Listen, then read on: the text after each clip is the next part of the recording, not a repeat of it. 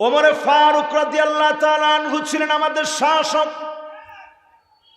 চিঠি লিখলেন সন্তানকে ঈদের সময় নতুন জামা কিনে দিবে। সেই সময়ে প্রেসিডেন্ট ছিলেন তিনি, অর্ধটা পৃথিবী শাসন করেছিলেন।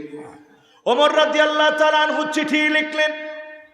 রাষ্ট্রের কোষাধ্যক্ষের দায়িত্ব ছিলেন, বাইতুল মালের দায়িত্বে ছিলেন আবু উবাইদা ইবনুল জাররাহ আমিনু হাদিহিল উম্মাহ। এই উম্মতের সবচেয়ে নিরাপদ ব্যক্তি। ওনার কাছে চিঠি লেখা হলো, অগ্রিম 1 মাসের বেতন আমাকে দিয়ে দিন, সন্তানকে একটা নতুন জামা কিনে দেব। আবু উবাইদা ইবনুল জাররাহ চিঠি পাওয়া মাত্র ফুপা ফুপা কাঁদলেন। তিনি একটা উত্তর লিখলেন, ও আমিরুল মুমিনিন, 2টা প্রশ্নের উত্তর যদি আপনি দিতে পারেন আমি অবশ্যই আপনার বেতনটা দিয়ে দিব, কোনো কথা বলবো না।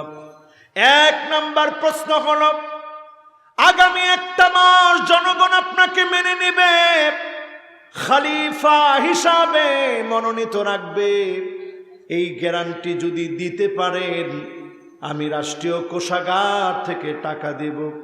2 নম্বরে, আগামী 1 মাস পর্যন্ত আপনি বাঁচবেন, এই গ্যারান্টি যদি প্রদান করতে পারেন আমি নির্দ্বিধায় টাকা দিয়ে দিব।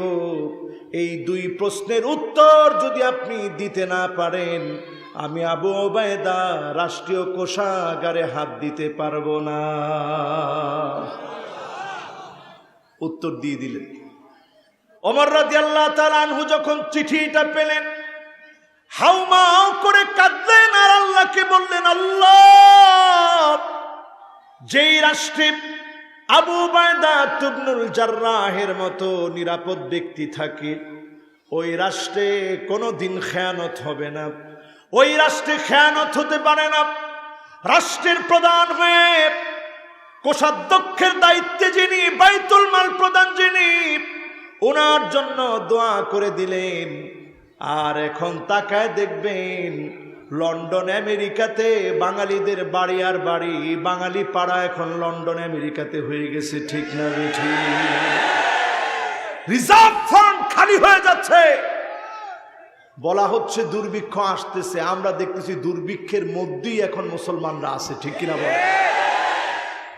এই যে অবস্থা, এই অবস্থা থেকে উত্তরণের জন্য যারা এতদিন অন্যায়ভাবে দেশের টাকা আত্মসাৎ করেছে, সরকার যদি তাদের টাকাগুলো ব্যাংকে জমা করে ব্যাংক আবার ঠিক হয়ে যাবে, ঠিক কিনা বলে?